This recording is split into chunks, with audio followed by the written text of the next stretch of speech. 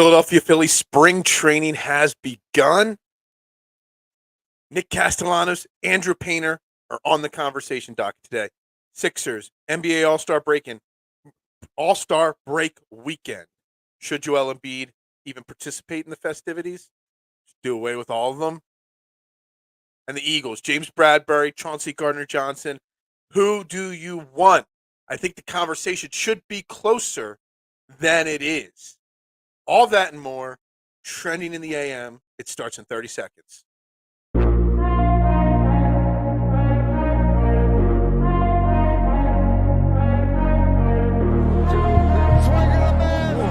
gets around in front.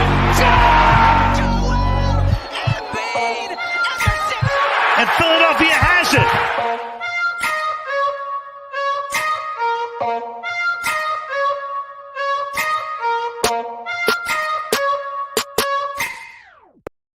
And a very good morning, everybody, and welcome to Trending in the AM right here on DSM Media. We're live, Facebook, Twitter, Twitch, YouTube, you know the drill. Like, share, retweet, follow on all social media platforms. And make sure you do me that favor and hit the like and subscribe button. Drop your comments in the comments section, etc., as we say here every single morning. I'm your host, Phil Stifle. I hope you can hear me. I think there might be a problem with my speaker. Can you guys hear me? If anybody is watching, I'd greatly appreciate knowing. I'm going to turn. Yeah, you can hear me. All right, that's good. Sorry, thought we were getting a little bit of maybe my earpieces aren't working. I can't hear myself right now. We've got lots to talk about today on Trending in the AM. We've got Eagles on the docket because I think they're on the docket every single day, no matter what. We got the Phillies. Spring training is underway. I put a poll out, a thing out there for people to give me their questions. Got a couple Phillies questions, and of course, Sixers enter All-Star Weekend with the big question of Joel Embiid and whether he should participate or not. Hell, whether there should be an NBA All-Star Weekend, period. At this point, it doesn't really matter. It's a pretty useless thing. But as always, the conversation always starts with the Eagles every day. That is what we talk about here on this show. Our Philadelphia Eagles. And I want to start with one specific Philadelphia Eagles question. And I think it's one that the fan base has already made up their mind on. And I think it should be a closer argument or a closer discussion than people realize. And that's the Chauncey Gardner Johnson versus James Bradberry conversation. The theory is you can only bring back one. I know the Eagles are up against the cap. They're actually only like 7 or 8 million in cap space at this moment. They got a lot of free agents, a lot of guys that could walk. And everyone's just assuming that Howie's only going to bring back one, Chauncey Gardner Johnson or James Bradberry. Now, I get it. James Bradberry is 30, will be 30. He's not 30 yet, will be 30. Gardner Johnson will be 25. I know Chauncey Gardner Johnson's safety. James Bradberry is a cornerback. I know we have a top 10 pick in the draft. And everyone is just all of a sudden instantly saying it's CGJ and draft a cornerback at that 10th pick. So I was thinking about it because I keep seeing people post this. And I really, truly think the conversation would be different if James Bradberry hadn't committed that holding penalty at the end of the Super Bowl. I really firmly believe people are solely focused in on that play, and it's changed their opinion. I'm getting people texting me or messaging me saying Bradberry isn't that good and this and that. Now, if you want to make your sole argument around age and the fact that the salary cap is real and not fake, and you can't keep everybody, you keep the 25-year-old over the 30-year-old, that's fine. But the people telling me that James Bradberry isn't any good, James Bradberry is going to get a big boatload of money this offseason. And I really think look, I don't want to lose Chauncey Gardner Johnson. I don't. I really don't want to lose him. Having a safety, we've wanted a safety since Malcolm Jenkins left. We've been looking for the next big thing since Brian Dawkins left. Having that great safety in the back there, it helps with the big playability. He's flexible. He could play the slot if necessary. He can come up and make a play in the run game if necessary. I get all that. But having a lockdown corner like James Bradberry on your team Dude, I brought up his stats from this year. So in a second, quarterbacks had a 51.6 rating against him. They only completed 45% of the passes. He was targeted 86 times only in 17 games. What's that, like 3 times a game, five times a game? And they only completed 39 passes against him. He had 3 interceptions. He had the touchdown. Those numbers don't just grow on trees. And everyone's like, draft a cornerback. Just draft a cornerback at number 10. That'll solve the problem.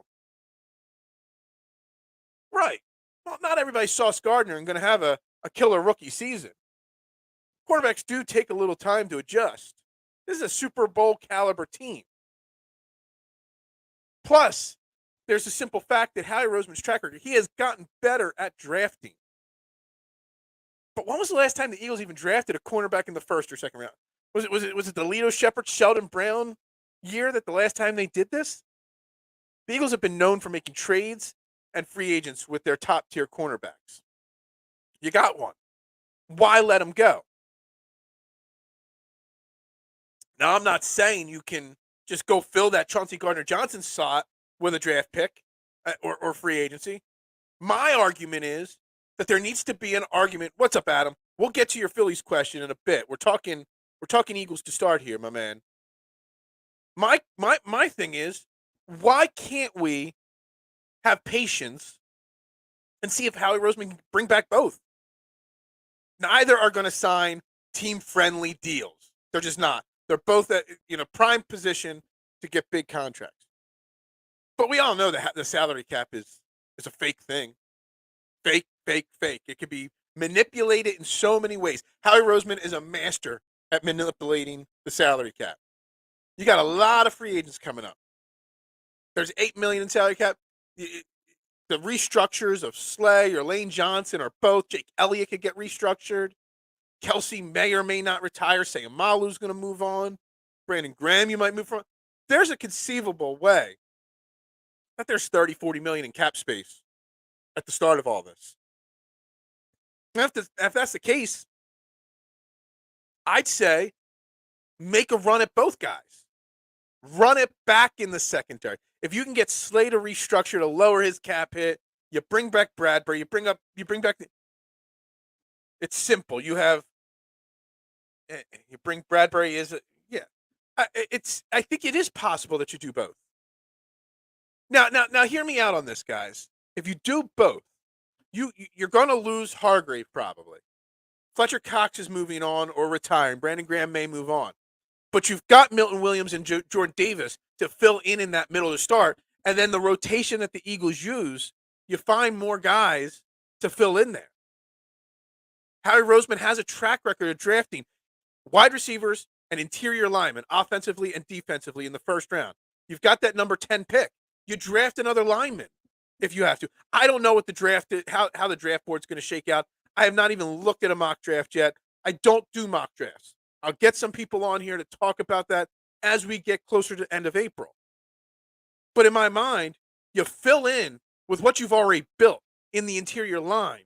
You let Miles Sanders walk. And you use your money you have to lock up Bradberry and Chauncey Gardner-Johnson. And it very well may be a loaded draft class, Cole. Very, very well may be. I don't watch college football much. I don't follow the draft stuff till 2-3 weeks out. There's just too many people throwing mock drafts out there and everybody arguing over it for me to really judge. But there have been loaded draft classes before at cornerback. And Howie still hasn't attacked them. There have been loaded draft classes before, and these guys haven't panned out. Not everyone comes into the league like Sauce Gardner and has a instant impact. That's rare. And Howie Roseman, again, doesn't draft cornerbacks. It's just like he doesn't draft linebackers in the first round. He doesn't draft cornerbacks in the first round. If Kelsey retires, Cam Jurgens fills in. If he doesn't, maybe he slides over and fills in for Isaac Sayamalu if Sayamalu moves on. But you're going to still need more depth there in the offensive line. The defensive line, you fill in those pieces there. I know what I have in James Bradberry. I don't want to lose James Bradberry because we're worried about him being 30 years old. I'm in win mode now, win now mode. Jalen Hurts is going to get a big contract extension, but there's a very likely opportunity that money does not hit the salary cap till the following year. So you're going to have your team, your ability to still build this team around your quarterback at elite level. The NFC is still the Eagles' conference to win. The NFC East, or the NFC East absolutely is still the Eagles to win. You got the 49ers as really the only real true threat in the NFC. So you go all in.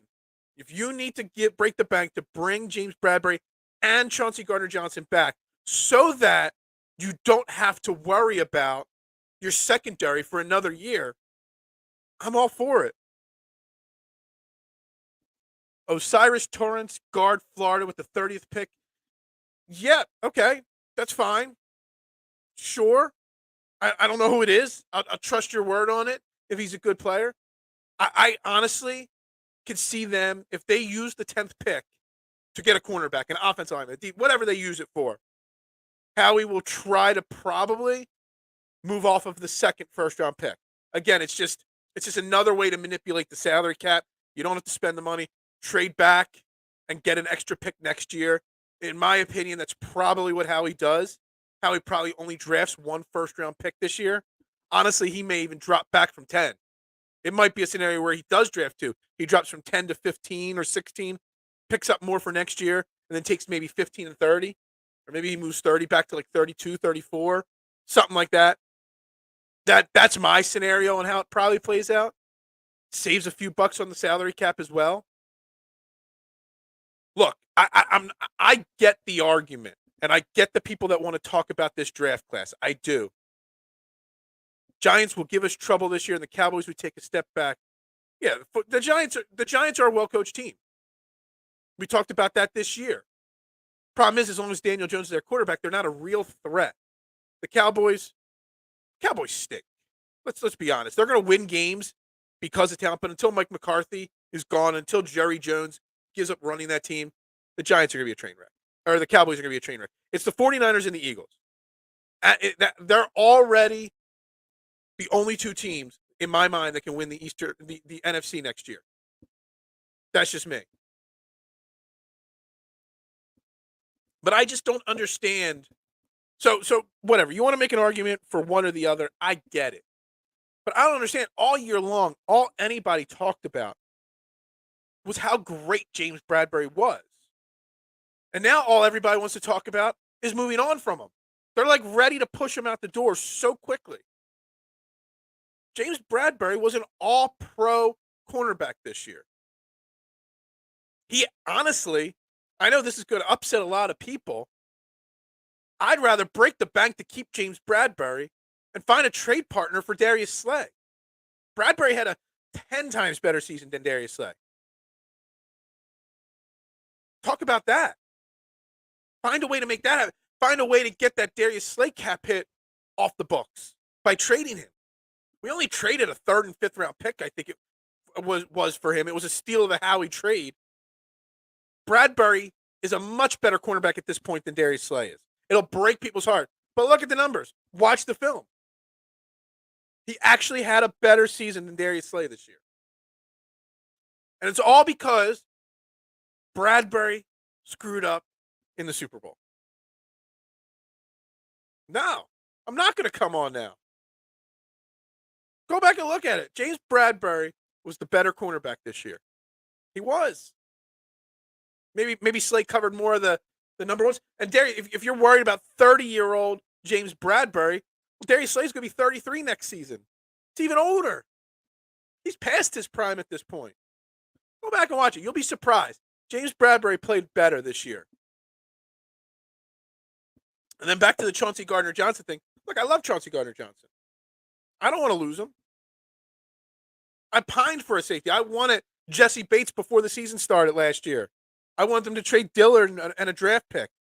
That's a good thing we didn't because Dillard came into play a few times late in the season. That'd be another one to see what they do with Andre Dillard. I believe he's a free agent too.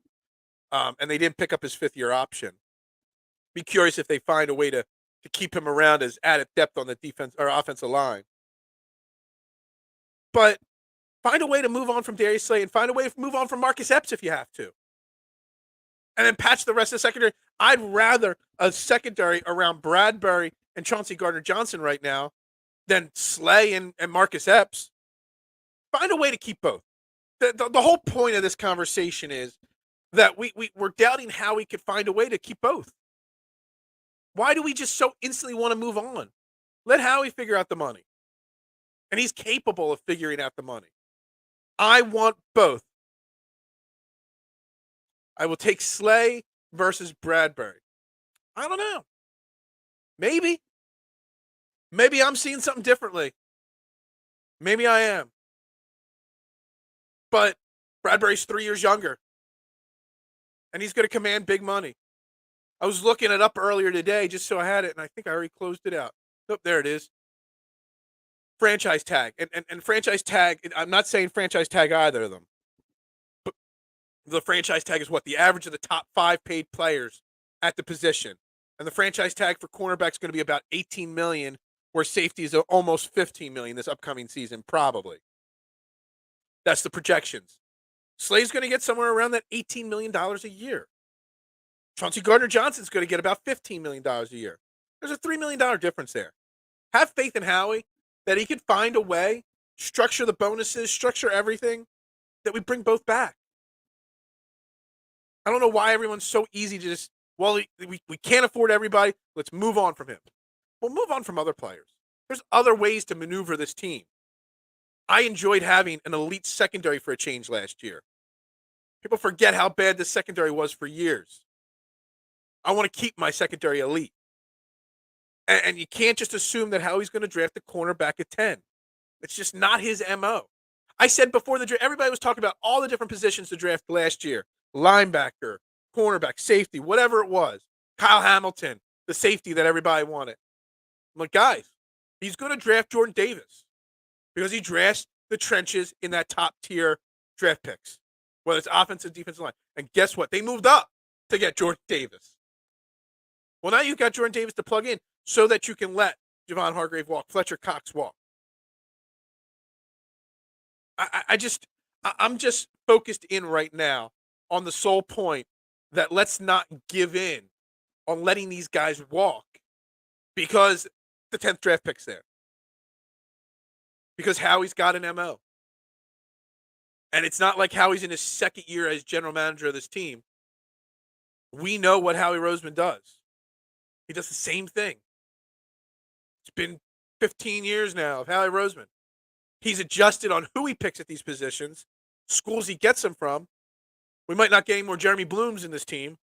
We might not get any more J.J. Arcega-Whitesides on this team. We might get the Smiths and the Jordan Davises of the world instead. You got to have faith. I mean, we are still a month before free agency even begins. We're 2 months away from the draft still. More than 2 months away from the draft still. We're going to be talking about this all the time. I just found it funny when I put this out there that they were so quick to push it aside. On a side note, a couple of little side notes. I can't believe Chauncey Gardner-Johnson was penalized, flagged, or fined for that hit in the Super Bowl. I don't know how they want these players to hit anymore. The guy lowered his head, but he went towards the guy's chest to tackle the guy and wrap the guy up. I mean, you can't fine a guy for making a hard hit. Like, you can't even make a hard hit without worrying it's going to hit your pocket. It's unfortunate. It's crazy. On another side note, the fact that the competition committee, there's now a name for it, the tush push. We are calling it the tush push. That is the 4th and goal or the 4th and 1 quarterback sneak. They are going to try to eliminate and ban it from the NFL. It's nonsense. Just because the Eagles found a play and were creative enough to figure out a play that nobody can stop, we're just going to eliminate the play. We're going to make it illegal. What the hell is wrong with you people? Why? And the people. There's so many people out there that are for it and saying, "Well, it's not football. It's not as I saw somebody with a blue check mark, not a fake. No offense to anybody, not a fake blue check mark, a real blue check mark, saying it's not aesthetically pleasing to watch that play on fourth down. Fine, let's eliminate it and just start punting the ball because that's so much more aesthetically pleasing. That's the worst reason to eliminate a play. As a defense, you got to figure out how to stop it. You're allowed to push our guys backwards, but we're not allowed to push our guys forward. You're not allowed to tackle without getting fined. Might as well just start throwing flag football out there. If you're going to eliminate a play like the tush push, I just love that the NFL has given it a name in these reports, the tush push. Seriously? Well, let's be honest. Even if they eliminate it, Jalen Hurts is still going to run it. He's just not going to have the two running backs behind him pushing forward. The Eagles will find a way. And Jalen Hurts, if I hear one more national media member say, well, he could squat 600 pounds. Yeah, we know that, okay? He's still going to push forward, and he's still going to get the first down most times. And there's still ways around pushing forward without actually pushing the quarterback forward. You can line those two guys up and have them push the guards forward if you need. There's so much other things that they got to work on to fix, in the NFL than this. We could probably make a long list, Adam, and do a whole show on changes we'd like to see in the NFL. But they're going to spend their hard time this offseason trying to eliminate the tush push. I still can't get over the name. That was in the official report. They called it the tush push. Ridiculous. But what I don't get is that teams, instead of trying to find a way to stop it, just wanted to eliminate it. I think I saw that they ran the tush push like 10 times in the Super Bowl. I don't know if that's accurate. I saw that somewhere floating around social media. But, and it was effective pretty much every time. I just don't understand it. Are you going to eliminate every play? Are they going to eliminate the Philly special because we won the Philly special Super Bowl in Super Bowl 52 with it? I mean, it's anytime you try to, and I'm not saying that this is trying to be eliminated and it's a Philly thing. It's not a Philly thing as much of an NFL play thing. The teams just, if it was San Francisco that was running this play regularly and effective, the same thing would be going on. Or if it was the Patriots, running this play.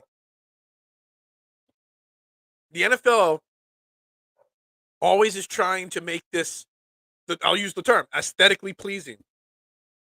They want more passing. They want it to be a passing league. They don't want run plays. They don't want 200-yard ground games. They want 400-yard passing games. They want 6 touchdowns a game. Hence why having a lockdown cornerback like James Bradberry is so important. They want these games aired out. They want it played in there. They protect these quarterbacks so much, except for Jalen Hurts, who took so many hits that probably could have gotten flagged if he was anybody else all year long. But they want this game to be aesthetically pleasing. It's where the advertising dollars are. It's where the TV dollars are. So they're going to constantly try to evolve the game to make it appeasing to the advertisers, which that's by making it more exciting. And the tush push is just not an exciting play. But to think you're just going to change a rule like that, it just opens up a Pandora's box of just changing rules every single year just to continue to not worry about the quality of the game, but the appearance of it on your TV screens. I don't think the people in the stands care about the tush push happening. They love it. They're cheering the first down or booing their defense for not stopping the first down.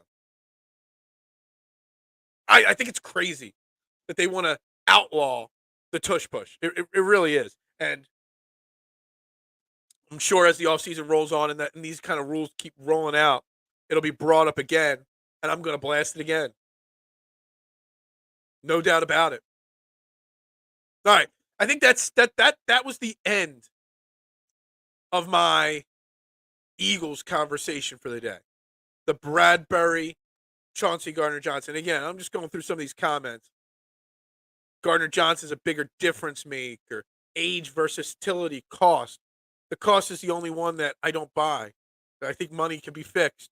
Others agreeing with me. Both are a priority. Money will be the factor, sure. And age. Everybody's saying age.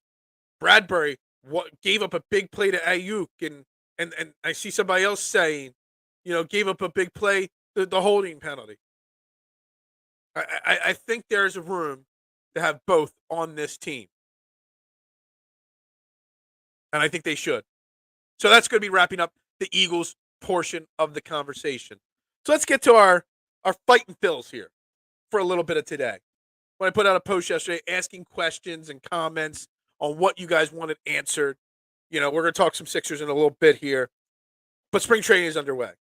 Did you guys see that Trey Turner in his first batting practice already put a ball into a windshield in Clearwater? It's a long way from the batting cages. It was a hell of a hit probably to get it out to that car. Man, I put it out there yesterday on Twitter, and I really hope to have my staffing situation fixed by now. A trip down to Clearwater, some Lenny's breakfast, man, would have been great. We could have been doing one of these shows from out in front, maybe. Been great. But we're not going to Clearwater this year. But the Phillies are there.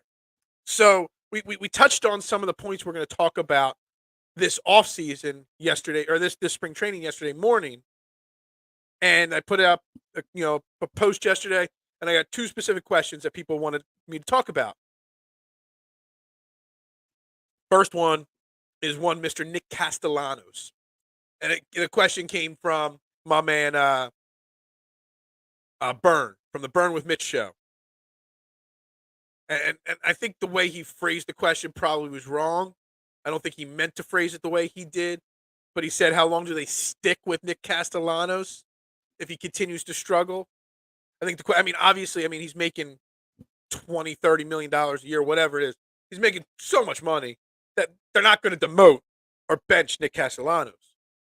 But the question is, what do we do with Nick Castellanos now while Harper's out, and then when Harper comes back? And I hinted at it yesterday a little bit. I mean, it's the positive regression. It's a term we use in a lot of different areas of sports. A player has a bad year and they regress or whatever. They're going to regress in the opposite direction, back positively, more times than not the next year when they're a really good player.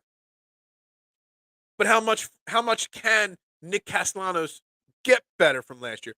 And to see what Nick Castellanos is, you have to look at who he was before coming to Philly. First and foremost, Nick Castellanos is no spring chicken. He's going to be 31 at the start of this season. He's been in the league this will be his 10th year in the league, I guess. 9th, 10th year. Last year, he had 13 home runs, 27 doubles, 62 RBIs. He had 263, 305 on base percentage, 389 slugging percentage. Now, if you go through his career, obviously 2021, his last year in Cincy, is why he got the big contract from the Phillies. 34 homers, 100 RBIs, a near 310 average. That was more than you're going to get. You can't expect that from Nick Castellanos. But what you can expect, if you go through his list of seasons, 2019, 58 doubles, 27 homers, 73 RBIs. 2018, 46 doubles, 5 triples, 23 home runs, 89 RBIs. 2017, 36 doubles, 10 triples, 26 homers, 101 RBIs. Year before that, 25 doubles, 4 triples, 18 homers. Hey, he was hurt that year and he played 110 games. 2015, 33 doubles, 6 triples, 15 homers, 73 RBIs. All these years, 270, 280, 290 average, 330, 350 on base percentage, 500, 600, slugging percentage. A positive regression for Nick Castellanos means he hits 25 home runs.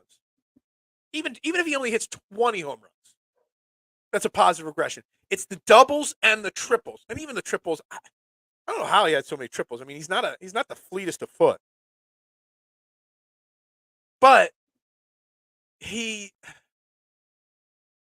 doesn't need to hit 30 home runs. He doesn't. But he needs to hit 35 doubles. I'd like to see 35, 38 doubles. 5 triples, just say 22 to 25 home runs, and 80 RBIs. If he's hitting 280, he's getting on base even at a 325, 330 clip, that's a positive regression. That's what that means compared to last year. But I think the difference is last year's problem was he came to the team prepared to DH, maybe spot start in the field to give Schwarber a day off in left or Harper a day off in right or whatever. Then Harper hurts his shoulder and he's thrust right into playing right field, a position he had never played. I think he had like 2 or 3 starts before last year in his career in right field. A very demanding position. He had to learn the position on the fly. He had to learn how to field the position as he went, and he did it adequately. But it may have affected him at the plate because if you look at the beginning of the season and how he was playing the first couple of weeks of the season when he was DHing every day, he was swinging the bat pretty well. But then sometimes that happens. You start learning something new on the fly. It affects other parts of your game. This year's going to be different. He knows going in he's probably the right fielder on opening day. But with Bryce Harper not playing till late June, I still don't think we see Bryce Harper till July 1st. That's the date I got circled. Anything before that to me is a bonus. I'm hoping July 1st is when we see Bryce Harper back. 4th of July weekend. That would be to me the best case scenario. That DH spot's open till Bryce Harper's back. Now, Derek Hall is one of the favorites to make the roster out of camp to fill that spot. But Derek Hall's not going to play every single day. Definitely not going to start against left-handed pitchers. Nick Castellanos can come into the season as that left fielder / DH, bounce back and forth, not get worn out playing the field. You got some other guys that are going to fill in and make that roster. I don't know if Josh Harrison can play right field. I know he can play all over the infield. I think he's played a little left field before in his career. There's going to be a rotation in that spot for now to start the season, which should help Nick Castellanos stay fresher at the plate. He's going to be in the lineup every single day. It's just whether he'll be in the lineup in left field or DH. And that's going to be really important there. Baseball is a rhythm. Anytime a player is taken out of a routine, I 110% agree with you. It's 162 games. It's the longest season in sports. And you need to stay in a rhythm. And when you get out of the rhythm, it's hard to get back into it. Baseball, or Philly Rob already said the DH will be a rotation until Bryce comes back. And I think that's the way it should be. I don't get what everybody's fascination is with Derek Hall. They all think he's the next big power hitter. The guy came out and he wasn't even like on anybody's radar till middle of last season. Like nobody even knew who he was. He hit a few home runs in AAA, got called up, hit a few home runs here in Philly. Look, maybe he's something, maybe he's not. But I'm not ready to put him in DH regularly. I don't even know if I'm ready to give him a spot on this. It's probably one of the biggest, camp battles there is that actually is happening. Does he make the roster even? I guess you kind of have to. You need that pop off the bench, and you need a left-handed DH hitter until Bryce Harper's back that can hit for home run power. But I'm okay with Nick Castellanos only playing the field somewhat until Harper comes back. Then when Harper comes back, unfortunately, he's going to have to go back out there regularly. Protect him, keep him healthy, keep him fresh as long as you can. It'd be great if you can only play that DH or left field 3 out of every 5 games. Get him 2 DH games a week, 3 DH games a week. That would be clutch.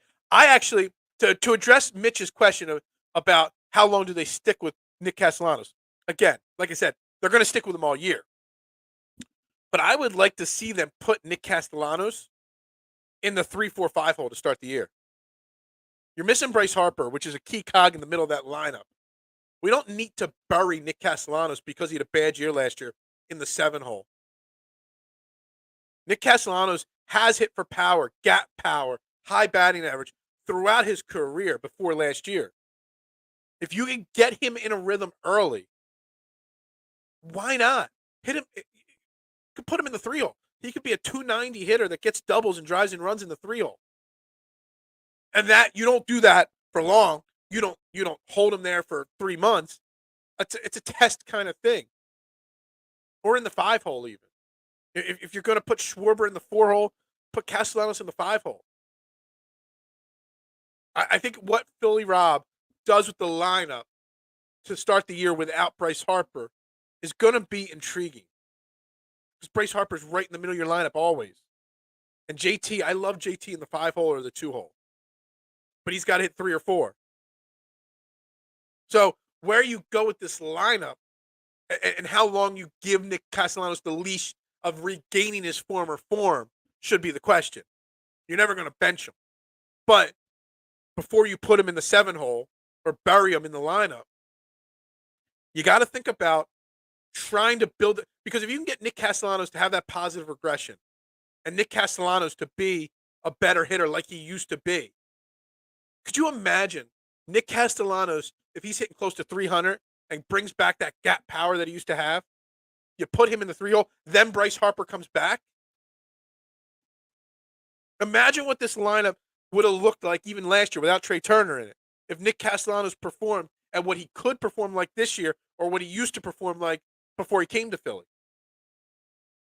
It would be so much scarier of a lineup. We had all these hopes going into last season about how this was going to be one of the greatest offenses in Philly's history. Harper gets hurt. Castellanos struggles. It doesn't work out that way. You add Trey Turner.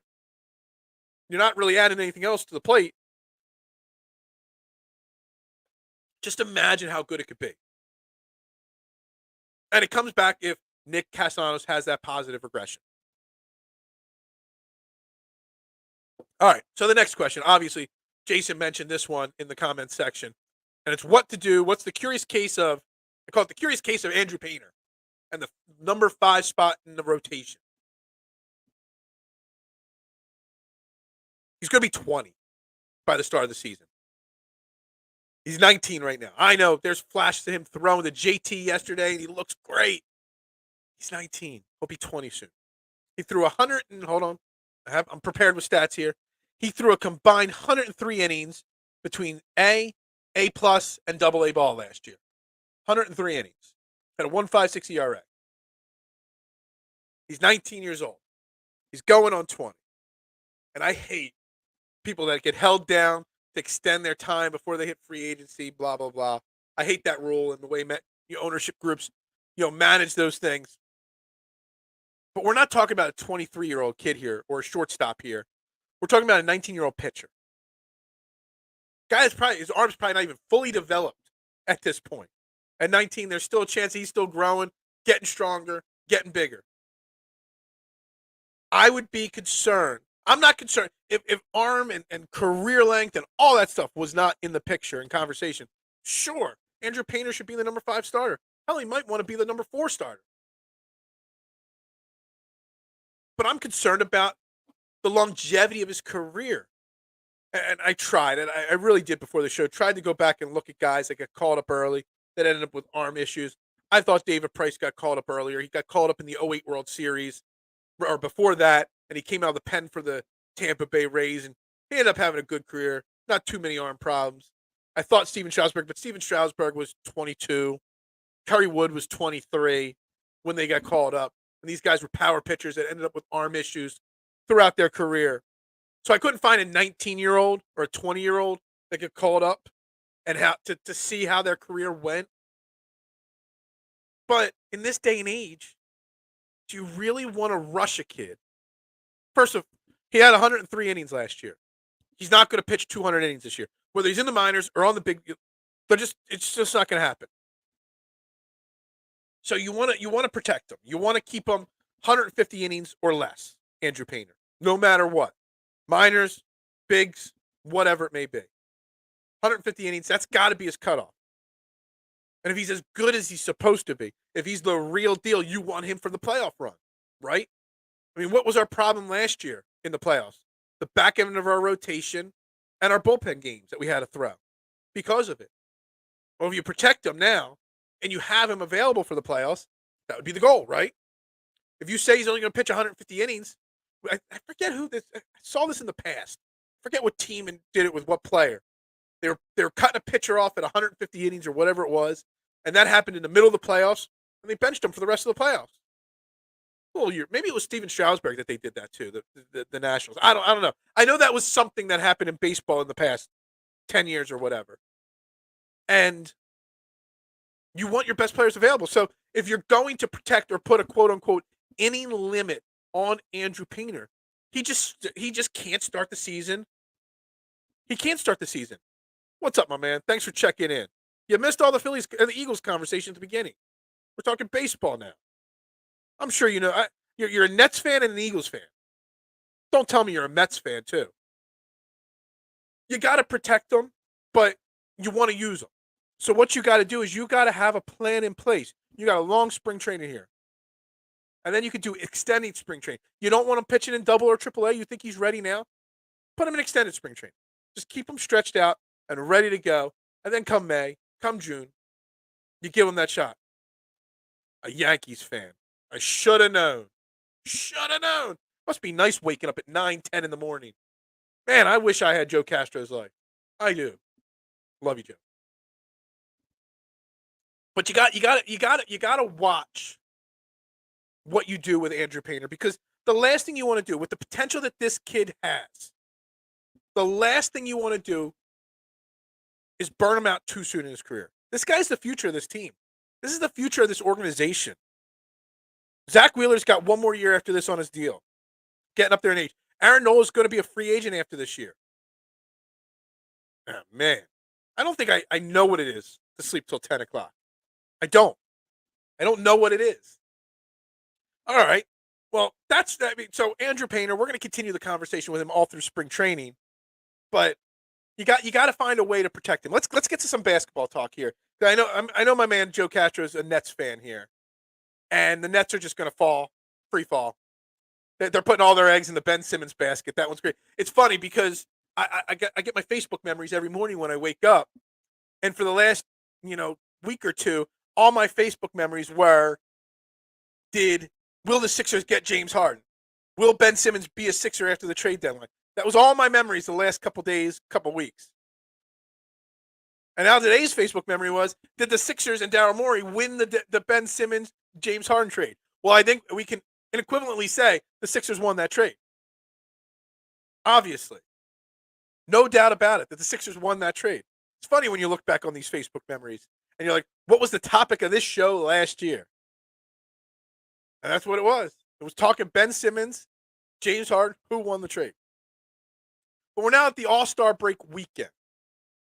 Basketball's done till Thursday for the Sixers. So one of the other questions was, I talked about it a little yesterday, and I'm talking about it again today. Joel Embiid might skip this weekend's festivities. He's banged up, as he always is. And again, I said it yesterday, that foul that Jared Allen put on him, I think it was in the third quarter. It was just called a foul, but it was a hard foul. And you can see him stretching his shoulder out. He limps around, whatever. When he puts a hard foul on somebody, everyone questions him because he's just so much bigger and stronger than everybody.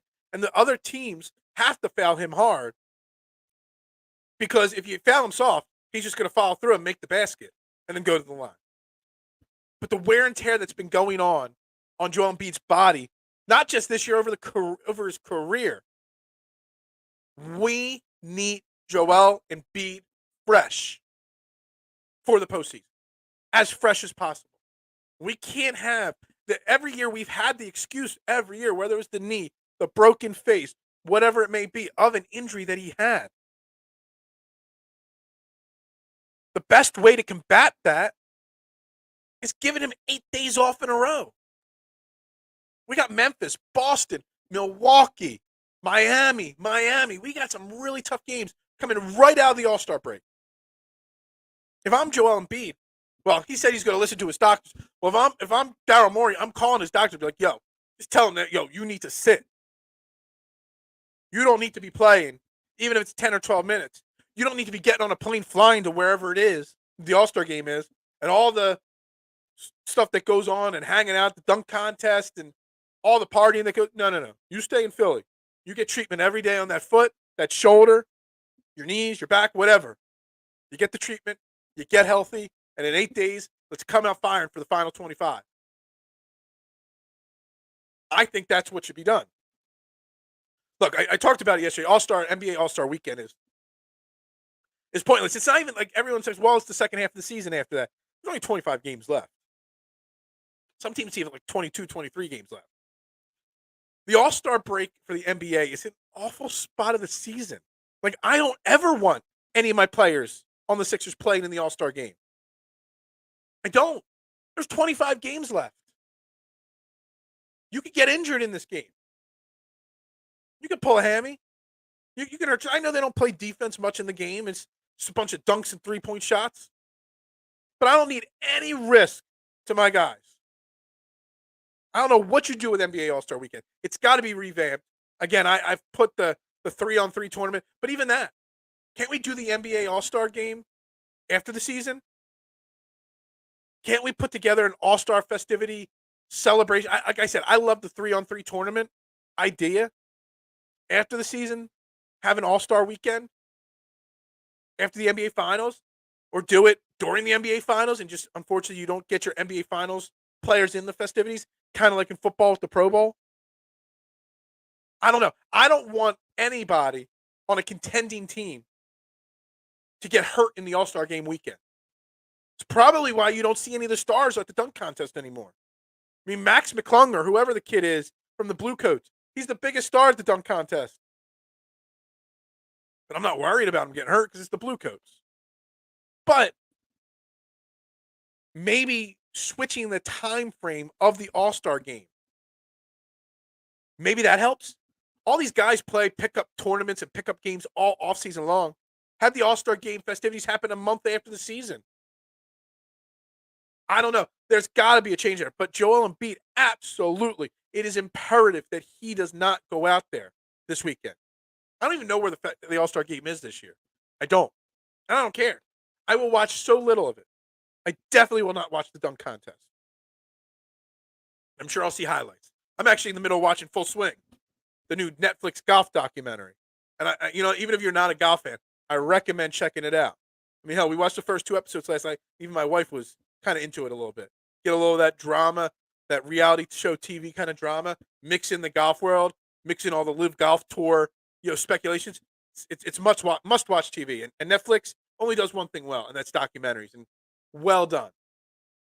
Watch Emilio Pereira, at the PGA Championship game, PGA Championship final round, mic'd up on the 18th tee box, saying to his caddy, I effed this up, because he knew he just blew his chance at a major championship by making one bad shot. Ah, man. Emotional. Great stuff. But yeah, NBA All-Star Weekend, just do away with it. Move it. Change it. I know you can't really do away with it because of contracts, and everybody wants that for their bonuses and stuff, but Joel Embiid, 110% unequivocally, should not be there this weekend. I'm doing everything in my power to make sure he does not go. If I'm any part of the Sixers organization, convincing him to stay off the court, stay off the plane, rest. Get healthy. Because we have 25 games left. And our end of our schedule is these last 25 games, juggernaut of games. There are some big-name teams that we have to face multiple times down the stretch. We got through all the easy games already. But that's why it's so imperative that he gets healthy. He gets healthy by staying home, getting his treatment, and resting up this weekend. No doubt about it. To think that the Sixers team, they have one lone representative if Joel Embiid doesn't go, and that's Max McClung from the Blue Coats. No James Harden, whatever. I did want to I want to touch on it, and we'll touch on it a little bit more in detail because I got one other topic I do want to cover today briefly before the show wraps up. And I touched on this other topic yesterday briefly, but if I had to put the most important Sixer, not named Joel Embiid, to take a big step these final 25 games to make it that needs to get on track for this to be a chance at the Eastern Conference Finals, a chance to win the Eastern Conference Finals. I'm still going to go back to say Tobias Harris getting his game back to where it was even earlier this season is probably the second most critical part of this Sixers final 25. He's averaging only 10 points a game in the month of February. He was averaging like 15 or 16 in January. He was becoming a great shooter. He was settling into his role. Something's off in February with Tobias Harris. He struggled. Can't get a shot. When he does get a shot, it's not going in. Tobias Harris, if you have to fix anybody on this team, James Harden, we're seeing what we're getting from him. We're not going to see much more out of him, but we're not going to see much less out of him. Tyrese Maxey's got to figure out that bench role. I get all that. Integrating McDaniels, the new player. I get all that. PJ Tucker, what we'll see in the playoffs. Yeah, I get all that. But Tobias Harris is still the key to me in this final 25 to not just get up the charts. Because like I said, I want that number 2 or number 1 seed. And it is viable. There is a legit chance. We are 3 back in the number 1 seed. It's a viable chance that we can get that number 1 seed. But we need Tobias Harris to do that, in my opinion. I really, truly believe Tobias Harris, I don't know about if it's fixing. I don't know if there's something to say, if you can use the word fixing in Tobias Harris. Yeah, we're still 3 up, or 3 back from the Boston Celtics. And it's crazy. The Bucks have won 12 games in a row. They're just nonstop right now, too. And we faced them early in the season, or early in the second half. Kevin Love. Yes, I knew somebody was going to mention him. I guess, maybe. The problem with Kevin Love, Joe, is that there's other teams that are going to look at him that are going to offer him a bigger role. What's Kevin's Love role here? Whose minutes is he taking? You know, where is he really going to take that many minutes away? Are you going to bench George Niang? Does he do much more than George Niang? George Niang's already a crucial part of this team. You got about 20 minutes you could poach from this guy or that guy, maybe. You're not going to bench Tobias Harris for Kevin Love. I just don't see that there's a value in bringing in Kevin Love at this point. Unless he can accept being a DMP some nights and get 10 minutes some nights. And then when he's hot, maybe he gets 15 or 20. I don't know. I think the Kevin Love train is passed. Do I think Tobias is hurt and that's why he is struggling? I don't know. Did you see something, Adam, that I didn't? Like, I don't. Every NBA player is banged up 55, 60 games into the season. Is he hurt? I haven't seen anything in reports. I haven't seen any, he hasn't missed any games. He missed a couple games a month or 2 ago. But then he played well after that. Is Tobias hurt? I don't know. I just think he's lost his shot. He's been put into a role this year that he's not used to. And in January, he was finally starting to figure it out. And then Doc went and switched everything up again with moving Maxey to the bench. I just think his shot's not falling. And when his shot's not falling, he's not getting the ball. I don't know. You got to figure Tobias out. Whether he's hurt or not, he's got to figure it out for this playoff push. He is so, so, so important to the Sixers' success, in my opinion. So no to Kevin Love. I don't think Tobias is hurt. I don't. All right. We're almost done here trending the AM. It's 53, 54 minutes into the show. I still haven't finished my coffee this morning. I really had a big cup of coffee this morning.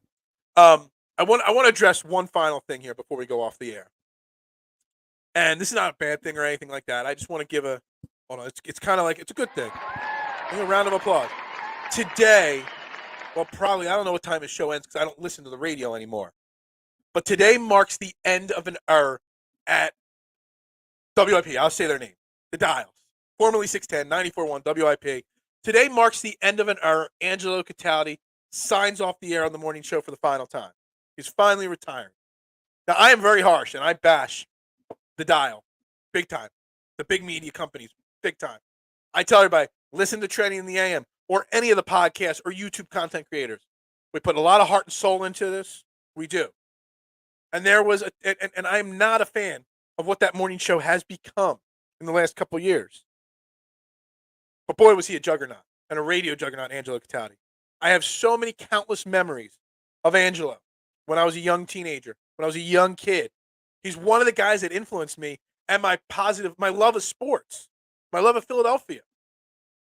Wing Bowl won 30 years ago. I have to give a tip of the cap to Angelo and for what he did. He revolutionized sports talk in Philadelphia. 10 a.m. the show goes off.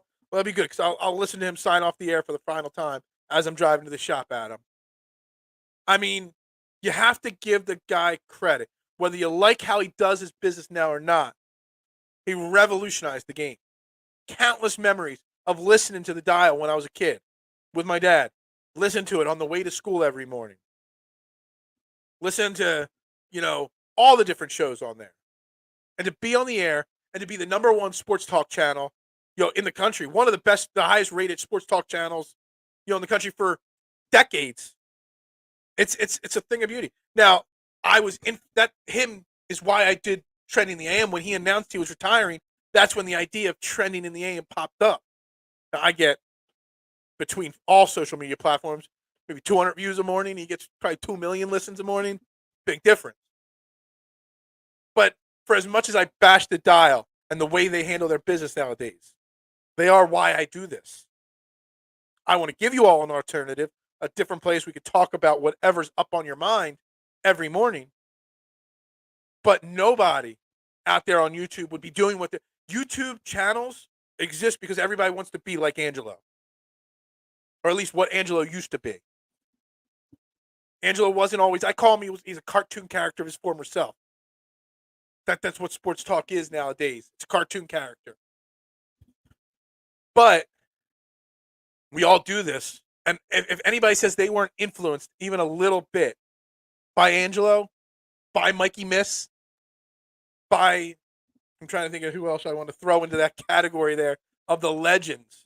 Glenn Macnow, the Mac and Mac Show, Steve Fredericks, Tony Bruno, all those legends from back in the day. They used to air reruns of it on NBC Sports Philadelphia when it was still Comcast. It was called The Great Sports Debate. It was a show. It was like a sports talk show on TV of all the radio guys and writers.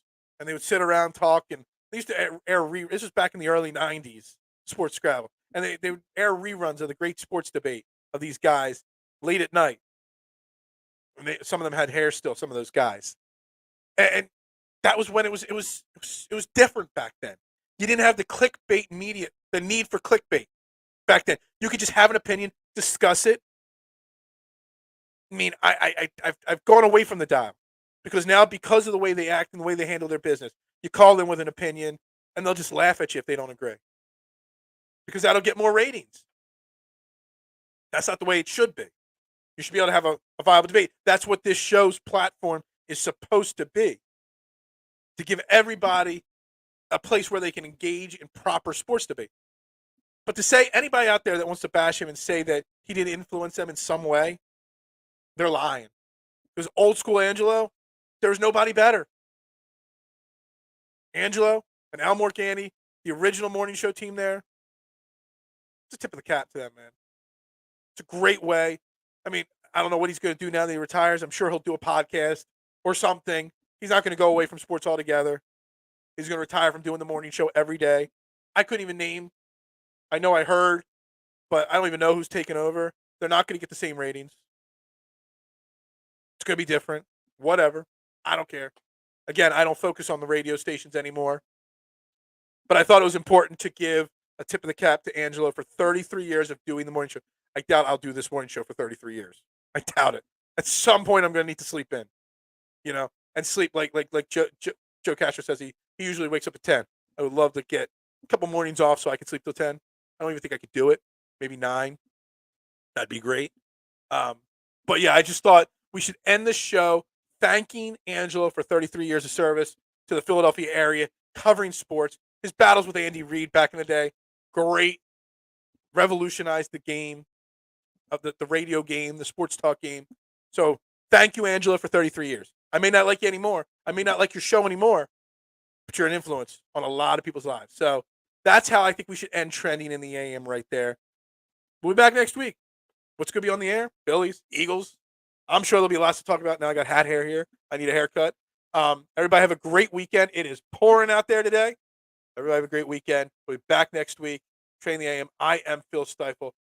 Before I go off the air, again, make sure you like, you subscribe, you follow on all social media platforms. Drop those comments, even if you're watching on replay. I will go back and read them all. Everybody have a great weekend. Let's go Birds. Ring that bell. and watch Full Swing on Netflix, man. Let's do it. And Philadelphia has it.